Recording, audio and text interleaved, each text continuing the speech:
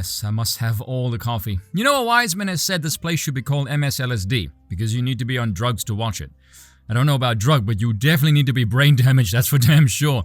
But this whole mugshot thing, the reaction to it has been very disparate and also hilarious. The historic seriousness of it all has been very muted, primarily because it's funny, and because the reaction has been the fundraising gimmick whilst everyone else is laughing at the regime's desperation.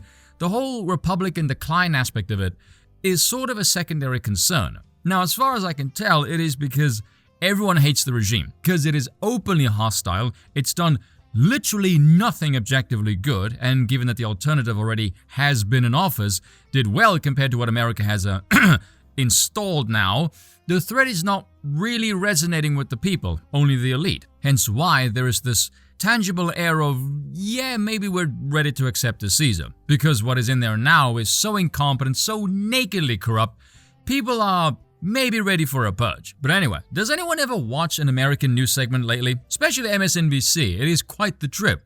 Compare it to any other news station around the world, or even just America's own in the last century or so. It's not even news. It's like a gaggle of acting spastics. If you even vaguely understand politics, you would think a bunch of asylum escapees run the frickin' news cycle. Everyone on it appears mentally disturbed, saying the most off-the-wall crazy shit. Again, it's not news. It's the most low IQ opinion takes from people who are so desperately merged and clinging to power that tight grip has now cut off the oxygen to their noggins, hence the gaggle of acting spastics. Hell, quite a few of the people who get their asses walloped in elections somehow get gigs on news networks. Crying piss baby Adam Kinzinger got a job at CNN. I'm amazed Miss Piggy didn't get a gig after 37% clapped her bacon rind the fuck out of office. But anyway, yes, Rachel Maddow. Oh, actually, no, one more thing. Can someone explain to us how the hell does this one look more masculine than her lesbian sibling Chris Hayes? Someone answer that question. How does this one look more female while supposedly being a guy, allegedly, look more feminine than this one, who's supposedly a female and also gay? That is some Twilight shit right there. Oh wait, no, one more thing. Why is there this thing with the gays where they play out dominant and submissive roles in male and female form emulation? How the hell are you a female and gay, supposedly attracted to other females, and to catch the attention of other females who also like women, you style your appearance to look like that of a boy? Same thing when you flip the sex, some twiggy gimp with an array of bratty feminine characteristics. To who does that appeal to if you like men? Hell, I can at least understand two traditionally masculine dudes knocking about, because they at least look the part. But when it's this damn contorted caricature, come on, you're just inviting mockery. Sorry, long intro, crack on, mad one. The election means one of two things, if this is the way he's going to approach it. Either he loses the election and he goes to prison. Why the hell would he go to prison if he loses the election? What, do you have a crystal ball in your lap, do you? Well, mind you, it's the only time she'll ever have any balls near her pelvis, I'll tell you that much. This whole stupid gimmick of, oh, he's running to keep himself out of a prison cell. Bitch, the guy declared he was running well before any of you morons decided to slap on these bullshit charges that anyone who is not a git can see is just you lot trying to keep him out of office. Because you are petrified that he might go after you, after you shafted him with this stunt that in any other country would instantly get labeled as an illegitimate regime. Right down to the puppet who thinks he's the head honcho when anyone with a pair of eyes can see Biden can't run a damn bathtub. Hell, he can't even run his own mouth, and that's with a teleprompter, and instructions, and whatever drugs his crackhead offspring is smuggling into his ice cream. Ridiculous. Or he wins the election, he doesn't go to prison, and is that for life? That he gets to be president? Will we keep having more elections, or no? Good God, this woman is an idiot. Why the hell did he not pull this in 2020 then, before he had all of this stupid heat and while he was actually the president and in the White House? Do you brainless wankers do anything beyond read the frickin' teleprompter? Seriously, these cretins you see on the news, you do realize they're not real people, you know that, right? They may as well be AI creations or actors. In fact, you can replace them with either and nothing will change. The news will be no different whatsoever. If every election is a new opportunity for him to go to prison, do you think he allows us to have new elections? Oh, piss off. The only reason you're trying to stop him from running is because he's a threat to your corrupt power structure. Stop this bullshit. I mean, if those are the stakes, if winning the election is his plan to stay out of prison... That's your interpretation, you Lego head lookalike. No one else but you nitwits think this. And no amount of nervous sweating is going to convince anyone with sense otherwise.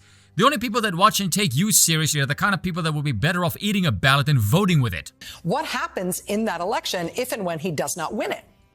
All hell will break loose, hopefully, because no one likes Joe Biden and not a single Trump supporter alive would believe he won. Hell, most of them don't believe he won frickin' now, considering he's done nothing but weaponize the DOJ to keep his corruption from being investigated, whilst also destroying the country in a way that only an illegitimate despot would try. Does that kind of an election end with a graceful concession to a fair and square re-elected President Biden? Yeah, funny that. When it was a Democrat in office and a Republican one, somehow that was compromised by Russia. How or why, who the hell knows? It was complete bollocks. Oh, but when it was a Republican in office, compromised by Russia, apparently, suddenly then it's the safest and most secure election of all frickin' time, never ask any questions whatsoever. How the hell does that make any sense? I mean, if Trump and his supporters see the stakes as losing and going to prison or winning and being president and probably president for life. Would you stop with this projection bullshit? Dear God, your narrative weaving sucks ass. Have you tried hiring some Hollywood writers? I hear they're looking for work these days. How should we expect that he and the Republican Party and Republican officials in swing states are going to handle the conduct of that election that Trump may very well lose? Why would he lose?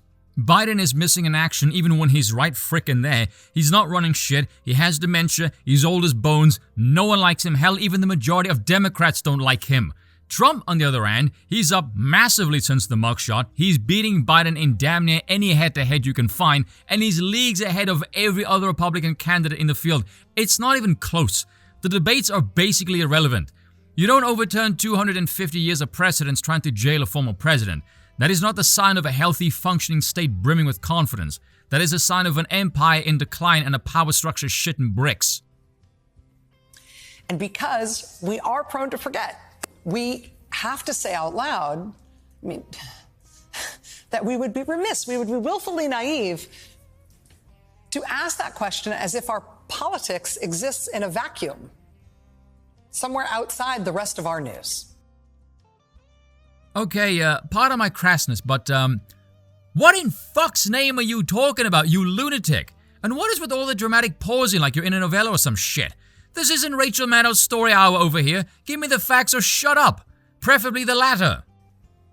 As if the politics pages are totally different than the crime pages, right? They are if your father thinks he's president as you make your way through more coke than Tony fucking Montana. As if we are not in a moment where far-right politics is coincident with far-right violence, with regular shows of force from paramilitary extreme right groups and with acts of violence by people who are explicitly and admittedly motivated by far-right eliminationist political ideas. Where the hell are you? What fucking planet do you live on? America, why are your news anchors like this? This is the rambling of the unhinged. This is nothing but sheer fucking lunacy. I did ask Grump about this before. These pasty lemmings who peddle this wank, how long can they keep this up before they start swallowing their own vomit? Do they need to take on a sabbatical or something every couple of months or else they start losing their sanity? I imagine they don't now because no mentally sane person would ever say this kind of shit with a straight face. And what the fuck is with all the posing? What, do you think this is drama school or something? No one is paying to see you pose.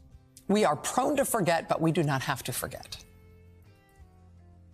So what should we know? What can we know about what happens in far-right politics when it appears to be in nexus with far-right violence that right now is just a fantasy, a tale, pure fiction, existing only in your empty noggin.